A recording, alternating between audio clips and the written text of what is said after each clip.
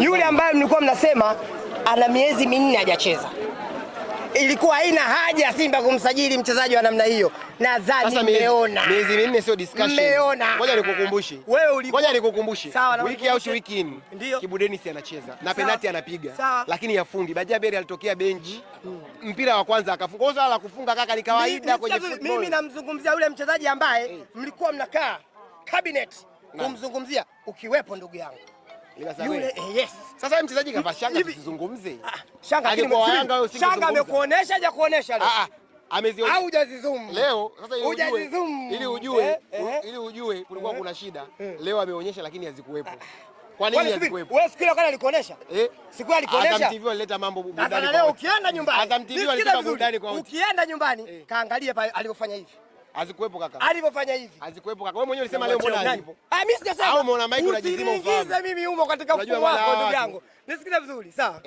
Leo hii Simba imeonyesha mpira mzuri sana. Kwanza nalikubali unalikataa? Nalikubali. Kwa timu kama ya Mashujaa nalikubali 100%. Mashujaa kwa sio timu kaka ingenifunga. Timu ya kawaida sana. Ingenifunga. Yaani unajua kwa sababu gani mimi nakuona wewe ni kama mweu?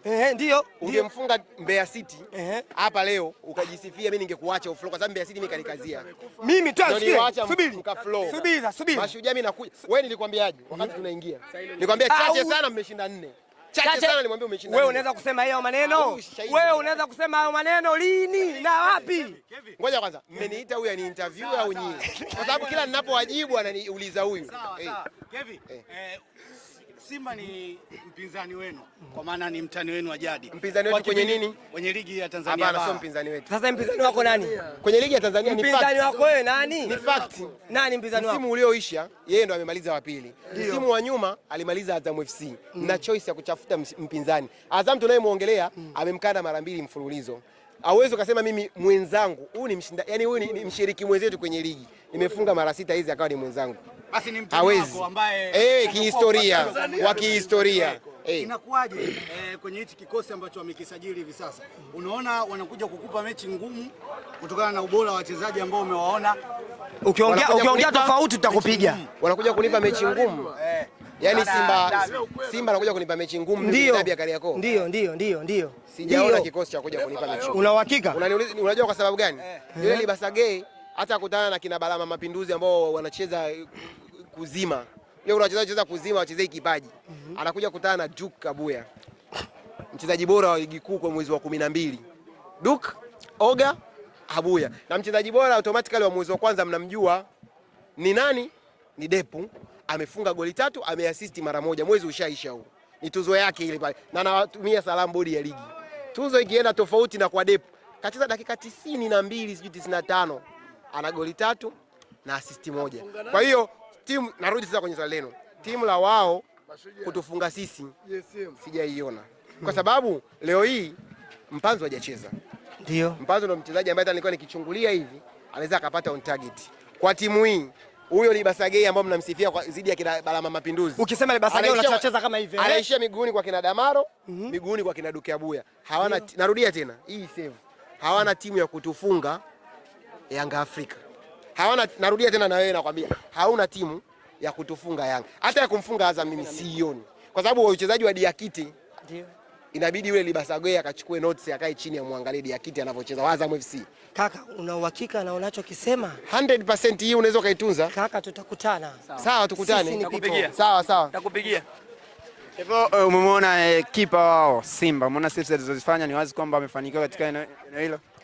Kipa wanaye lakini sio kipa wa daraja lile kama la Djigui Diarra. Kipa wanaye lakini sio wa daraja lile kama la Djigui Diarra. Kwa mfano Chelsea aliyoipata Kiimbwa angeipata mchezaji mwingine angeweza kutafuta namna ya kuattempt na kupata goli. Ni kipa mzuri.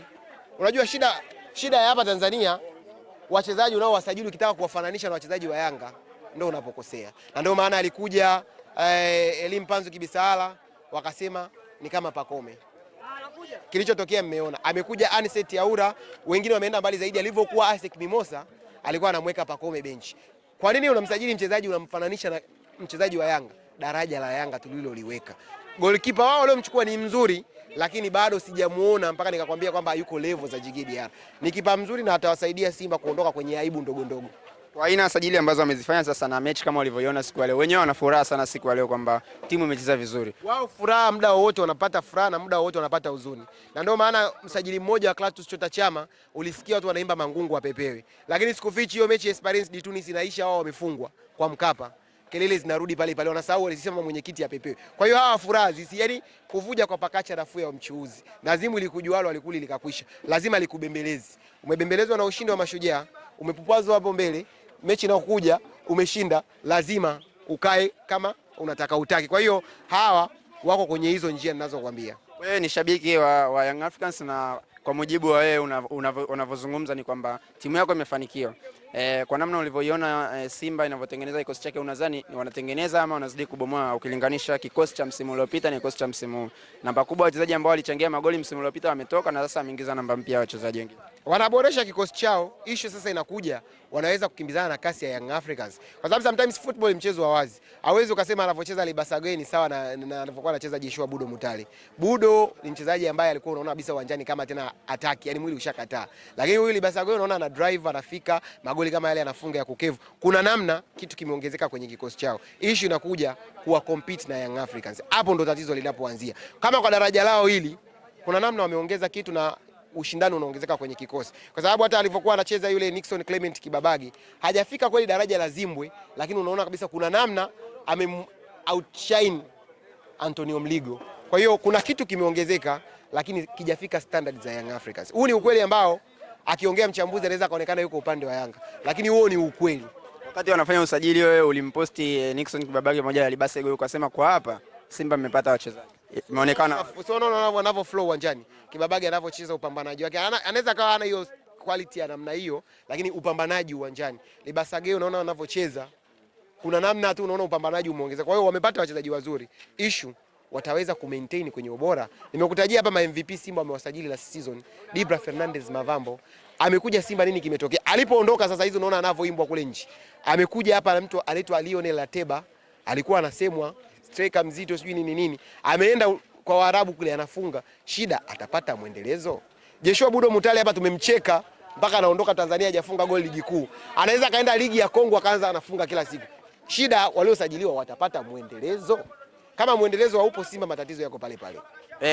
Nyinyi mna mchezo kesho kutwa wa ligi ya mabingwa Afrika Zanzibar. Tarajia mchezo utakuwa namna gani kwa upande wako? Unacheza na Al Ahly, dude kubwa barani Afrika.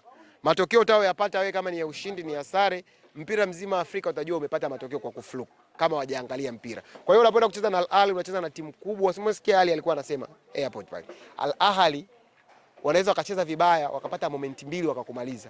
Wewe umemwona yule Imam Ashur? Yaani yule anakuambia bisa sasa yule ndo mchezaji anayechipukia kama sisi tunavyomuona Clement Mzize kwenye Yanga.